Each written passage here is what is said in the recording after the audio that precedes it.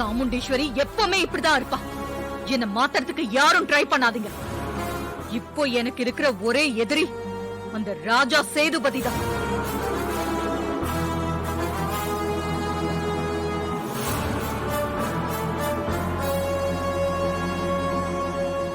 அந்த ஆளாலதான் நான் என் அம்மாவை இழந்தேன், என் தங்கச்சியை இழந்தேன். அவங்க சாவுக்கு காரணமா இருந்த அந்த ஆளு எப்படி நிம்மதியா வாழ்ந்துட முடியும்? நான் விட மாட்டேன். அந்த ஆளை நிம்மதியா நான் வாழவும் விட மாட்டேன், நிம்மதியா சாகவும் விட மாட்டேன்.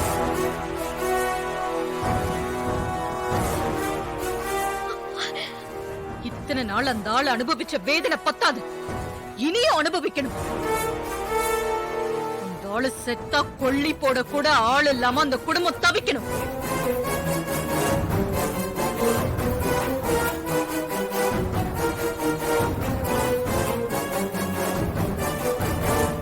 அப்பதான் நான் பட்ட வலிக்கும் வேதனைக்கும் பதில் கிடைச்ச மாதிரி இருக்கும்.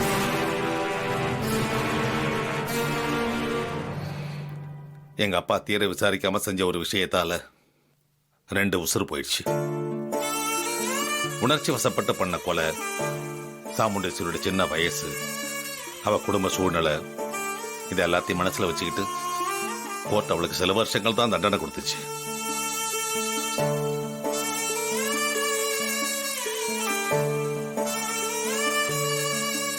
ஆனா என் மனசு மட்டும் வேதனைப்பட்டுக்கிட்டே இருந்துச்சு.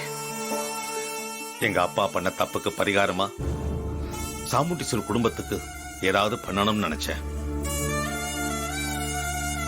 ஜெயில் தண்டனை முடிஞ்சு திரும்ப வந்த சாமுண்டீஸ்வரி கிட்ட நானே உன்னை கல்யாணம் பண்ணிக்கிறேன்னு சொன்னேன். அவளும் சரின்னு சம்மதிச்சா. ஆனா ஒரு சத்தியம் பண்ண சொல்லி கேட்டா.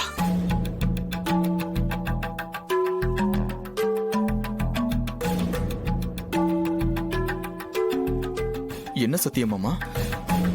கல்யாணத்துக்கு அப்புறம் எப்பவும் எந்த காரணத்துக்காகவும் நான் எங்க அப்பா அம்மாவை பார்க்க கூடாது, அவங்க கூட பேசக்கூடாது, அவங்களுக்கும் எனக்கும் எந்த தொடர்பும் இருக்கக்கூடாதுன்னு உங்க அம்மா என்கிட்ட சத்தியம் பண்ணி கேட்டாம்மா.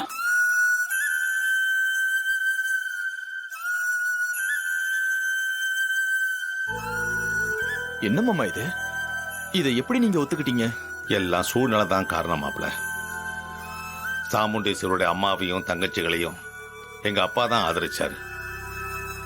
அவர் பண்ண எல்லா நல்லதும் அந்த 2 சாவுக்கு முன்னாடி ஒண்ணும் இல்லாம ஆயிடுச்சு.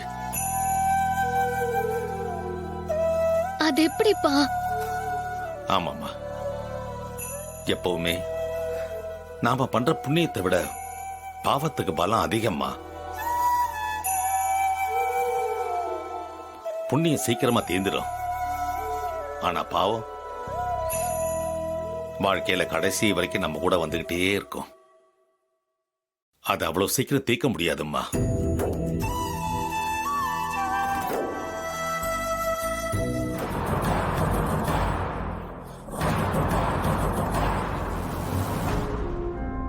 இப்ப எதுக்கு இங்க வந்த?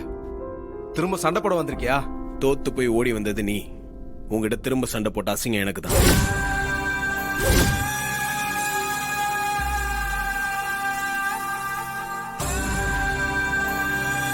அப்புறம் எதுக்கு இங்க வந்த? நான் சொல்றத கவனமா கேட்டுக்க. இத்தனை நாள் அந்த குடும்பத்துக்கு யாரும் இல்ல, அதனால நீ உன் இஷ்டத்துக்கு ஆடிட்டு இருந்த. இனிமேல் அந்த குடும்பத்துக்கு நான் இருக்கேன். அவங்க மேல கைய வைக்கணும்னு நினைச்ச கைய வெட்டிடுவேன்.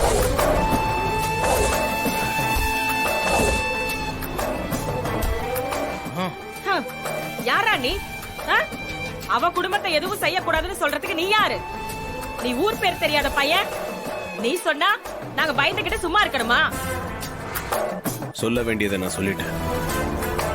மீறி எதனா பண்ணணும்னு நினைச்ச அப்புறம் இழப்பு உங்களுக்கு தான். டேய், உன்ன மாதிரி சின்ன பயலுங்க கிட்டலாம் சரிக்கு சமமா பேசுறதையே அசிங்கன்னு நினைக்கிறவனா? உன் உருட்டல் மிரட்டலுக்கெல்லாம் நான் பயப்பட மாட்டேன். போ. போகதான் போறேன். ஒன்னு நல்லா ஞாபகத்துல வச்சுக்கோங்க, அந்த வீட்டுக்கு இனிமேல் நான் தான் காவல். என்னை மீறி அங்க யாரும் கால் எடுத்து வைக்க முடியாது. கால் எடுத்து வச்சீங்க, உங்க உயிர் எடுக்கவும் தயங்க மாட்டேன்.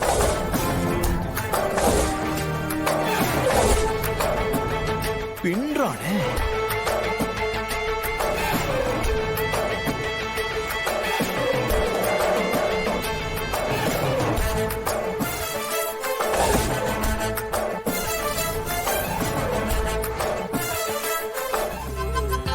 ஹலோ ஃபைட்டர், நான் கேள்விப்பட்டதெல்லாம் உண்மையா? அப்படி என்ன நீ கேள்விப்பட்ட?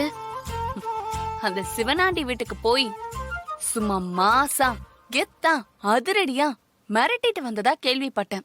உண்மையா? நிஜமாவே மிரட்டிட்டு வந்தீங்களா? ஐயா அப்பெல்லாம் ஒண்ணும் இல்ல, யாரோ உங்களுக்கு தப்பா சொல்லியிருக்காங்க. நோ நோ மிஸ்டர் சிலம்பம், தப்பாலாம் சொல்லல. நிஜத்தை தான் அந்த ஜென்டில்மேன் சொன்னாரு. ஜென்டில்மேனா? யார் அவரு? It's me. நான் எப்பவுமே உண்மையை தான் சொல்லுவேன். ஏன்னா இந்த வீட்ல இருக்கிற ஒன் அண்ட் ஒன்லி ஜென்டில்மேன் நான் தான். அக்கா, உன் புருஷன் எப்பவும் வளர்ற ஆள் தான், ஆனா இப்படி வளர மாட்டாரு. ஹலோ, என்ன உளர்னாங்க இப்போ? பஃபோன்னு சொல்றதுக்கு பதிலா ஜென்டில்மேன்னு சொல்றீங்களே, அததான் சொன்னேன். சரி, உனக்கும் வேணாம் எனக்கும் வேணாம், ஜென்டில் பப்புன்னு வேணா வச்சுக்கலாமா? ஐயோ, ஏய் விட்ரி, அந்த ஆள் லூசு. அப்படிதான் பேசிக்கிட்டு இருக்கோம், நீ கண்டுக்காத.